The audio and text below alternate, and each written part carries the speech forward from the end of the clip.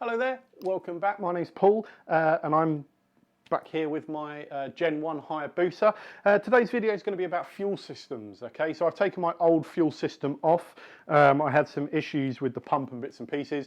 We did have an internal pump in the tank. I've now removed that and I'm going to be running an external fuel pump with a fuel pump regulator straight to the rail. Okay. I hope the video with the vacuum lines helped. It was just a short video on how to remove those vacuum lines. If you want to view that, just go into my channel and I hope that helps. So we're going to be using AN line fittings, and I know there's loads of videos out there on how to plumb these AN line fittings, but I thought I'd just give you a couple of hints and tips that I've learned by making my one here. Okay, so first of all, let me show you some of the changes I've done here to the fuel system, and then I'll show you how to make one of these fuel lines up. Okay, so here we have my fuel system. So we're coming from the tank with these excellent stop valves. It allows you to pull the fuel tank on and off without fuel gushing out everywhere. And then all AN line fittings into the fuel filter, into the fuel pump, to the regulator, and then into the rail, and then I've got a return going back to the fuel tank again. So really nice fittings. They're all eBay. I'll do a fuel pressure check in a minute and we'll see how many leaks we've actually got. So let me show you how to make one of these fuel lines. So this is the actual fuel line we're going to be using. We're using AN6 braided fuel line, and this is one of the unions we're going to use, a 90-degree union. So this end piece is going to come off, and then what's going to happen is we're then going to cut the line. This piece will then slide over the braided hose, and then we're going to force that section into here. It's a little bit of a fiddly process, but I'll talk you through it and little tips that I've found along the way. So first of all, I'm going to cut the line just to the right size so we know how much we're going to need. Now we must tape the line up. Okay, if we don't do this, the braid will just burr out, and I'll show you what that looks like. This is where our cut's going to be. Keeping it nice and tight so it doesn't spray out.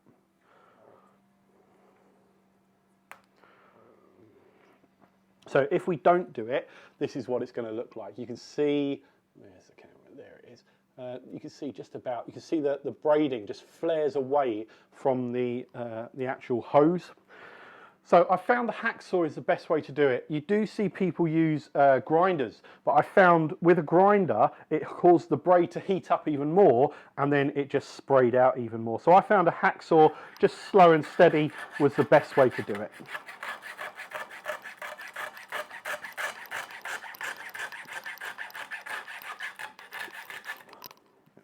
Nice clean cut, and that's exactly what we want.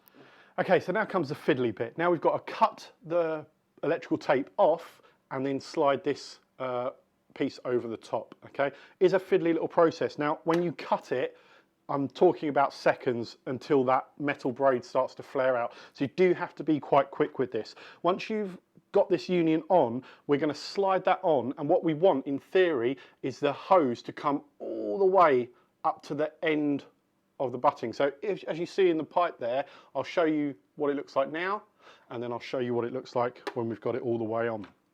So I'm going to cut it, cutting the electrical tape off, and then working nice and quickly, pushing all that braid into that union, and then twisting it anti-clockwise to get it all the way up. And now, as you can see, the rubber hose is butted up all against this flat face on the inner side. Okay, key point, that one. Okay, so now I've got that union with the braided hose in the vise. Now we've got to squeeze this piece on. Okay, I found a little bit of oil just on the tip there, because this end here is going to go into that rubber hose and then cause that braid to flare out and clamp everything up. Okay, so as we start to screw it on, what we'll do is we will keep an eye on the braiding, because what we don't want to happen here is as we're screwing this in, all it does is push the braid out the other way. Okay, so as we start to tighten it up, so as we now tighten this union up, we'll keep an eye on the braiding, making sure it's not pushing itself out and it's just ruining everything we've done getting that braided hose in there. Okay.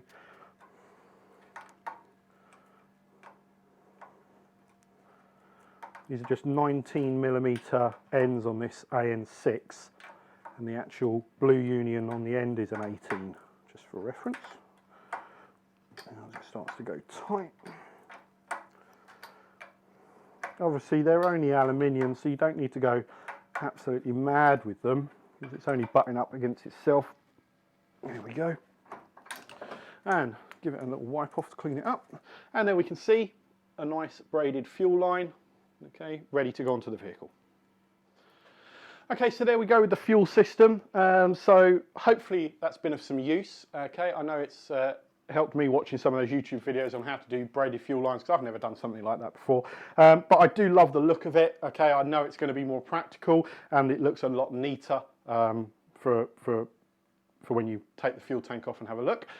So the next phase on this build now is going to be the wiring loom. So now I've got to refit all the wiring loom, and once this is back on, we can then go for a turn of the key and see if she's going to fire up. I have tested the fuel lines, okay, and they've worked really well.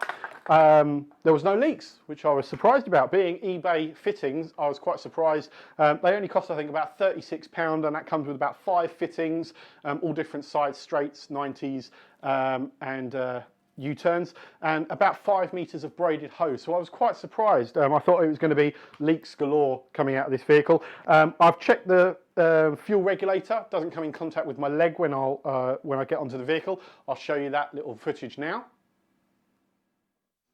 So here you can see me sitting on the bike. I've got my leg well away from that fuel pressure regulator, so it's quite ergonomic. I can still reach all the gears. So I hope this video has been of some help. I'll keep you posted on future things coming up on this Streetfighter build. Thanks very much.